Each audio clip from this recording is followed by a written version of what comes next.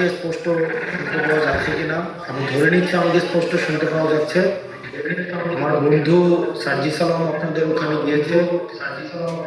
তো আমি আপনাদের স্থানিক দূরত্ব আপনার আর আমার মধ্যে কোনো বাধা তৈরি করতে পারে না। আপনারা অনেক দূরে থেকেও দেশের জন্য চিন্তা করেন, দেশের জন্য ভাবেন, দেশের ব্রিলিয়ান্ট ব্রেইন আপনারা হচ্ছেন, ওখানে আছেন সবাই। মানে the finest and brilliant brain of our country are there and watching me, listening to me. So এটা আমার জন্য একটা গ্রেট প্রিভিলেজ যে আপনাদের সাথে আমি কথা বলার সুযোগ পেয়েছি। জুলাইয়ের যে আমাদের জন আকাঙ্ক্ষা তৈরি হয়েছিল, সেই জন আকাঙ্ক্ষা থেকে সেটি বাস্তবায়নে আমাদের সবার দায়িত্ব আছে।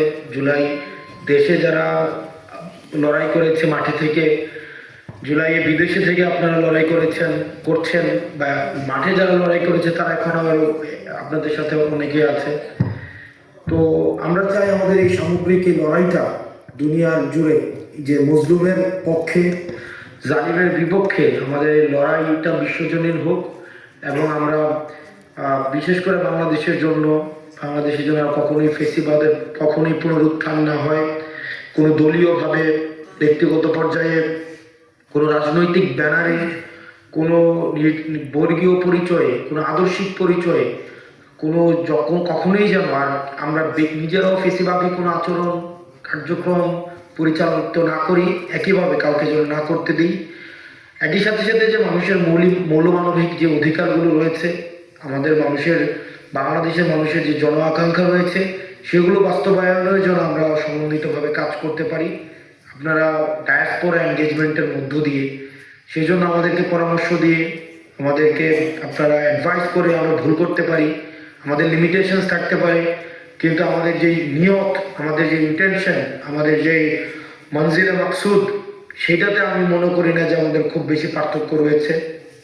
আমাদের কর্মকৌশল হয়তো ডিফারেন্ট, স্ট্র্যাটেজি হয়তো ডিফারেন্ট, কিন্তু আমাদের নিয়ত হচ্ছে আমাদের বাংলাদেশে একটা ইকোনমিক ইমানসিপেশন, আমাদের ইন্টালেকচুয়াল ইমানসিপেশন, আমাদের হচ্ছে সোশ্যাল ইমানসিপেশন। আমাদের স্তরে স্তরে সব জায়গায় আমরা এখনো পর্যন্ত আমরা অ্যাট্রাক্ট।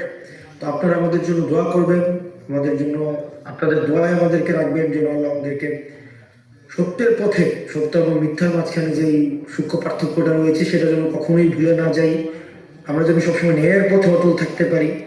জাগতিক এবং বৈষয়িক চাহিদার ঊর্ধ্বে উঠে, বৈষয়িক স্বার্থের ঊর্ধ্বে উঠে জাতি, সমাজ এবং দেশের স্বার্থটাকেই যেন আমরা সবসময় প্রাধান্য দিতে পারি।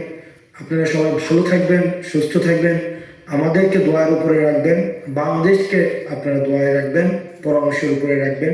আপনারাই আমাদের শক্তি, আপনাদের শক্তিটাই হচ্ছে আমাদের ভিত্তি। আসসালামু আলাইকুম রহমতুল্লাহি ওয়া বারাকাতুহু।